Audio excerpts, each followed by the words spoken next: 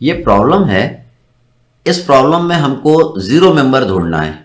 तो पहला काम हम क्या करेंगे, हम सपोर्ट पे रिएक्शन निकालेंगे। हम पहले देखेंगे यहाँ पे रिएक्शन कितना आ रहा है। मान लीजिए कि यहाँ पे आपको एक रिएक्शन मिल रहा है आर आई, यहाँ पे आपको एक रिएक्शन मिल रहा है वी ए, और यहाँ पे एक हॉरिजॉन्टल भी मिल रहा है दैट इज एच ए। अब हम हर एक पॉइंट पे जाएंगे। पहले हम इस पॉइंट पे देखेंगे तो इस पॉइंट पे 1 2 3 4 फोर्स लग रहा है, 4 के लिए कोई रूल नहीं है।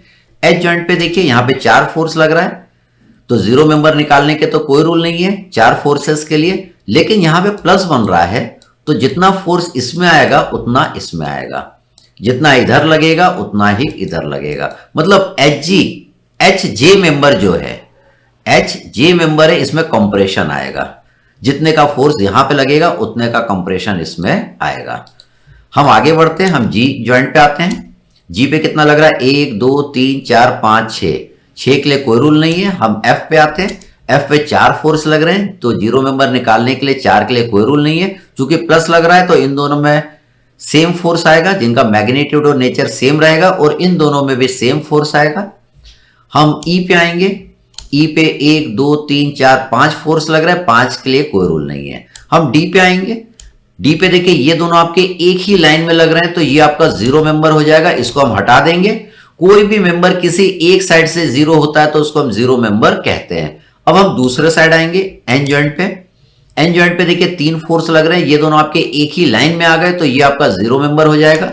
अब हम सी जॉइंट पे आएंगे, सी जॉइंट पे देखिए 4 फोर्स लग रहे हैं, ये दोनों, ये 1 2 3 4, तो 4 के लिए कोई रूल नहीं है। हम आगे बढ़ेंगे, हम बी जॉइंट पे आएंगे, तो यहाँ पे 3 फोर्स लग रहे हैं, ये दोनों आपके एक ही लाइन में लग रहा है, तो ये आपका क्या हो जाएगा, जीरो मेंबर हो जाएगा। इसको हमने जीरो कर दिया।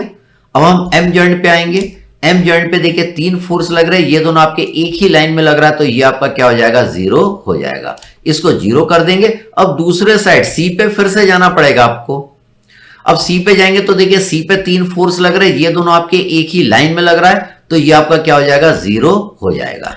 ये जैसे जीरो हुआ दूसरे साइड आइए, एल जॉइंट पे आइए। अब एल जॉइंट पे देखिए 3 फोर्स हो गए, ये दोनों आपके एक ही लाइन में हो गया, तो ये आपका जीरो मेंबर हो गया। ये जी से जीरो हुआ, एन पे हमको फिर से आना पड़ेगा।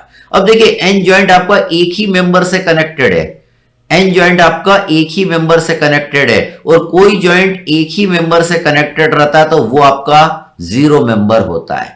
कोई जॉइंट आपका एक ही मेंबर से कनेक्टेड होता है तो वो क्या होता है, आपका जीरो मेंबर होता है। तो ये आपका जीरो मेंबर हो गया। अब एन पे जाइए, एन पे कितना लग रहा है, 1 2 3 4, 4 के लिए कोई रूल नहीं है। तो इस वाले प्रॉब्लम में आपके 7 जीरो मेंबर थे। अब जीरो मेंबर ढूंढने के बाद आप आइदर मेथड ऑफ जॉइंट लगाइए, या मेथड ऑफ सेक्शन लगाइए, या ग्राफिकल मेथड से भी हम प्रॉब्लम को सॉल्व कर सकते हैं।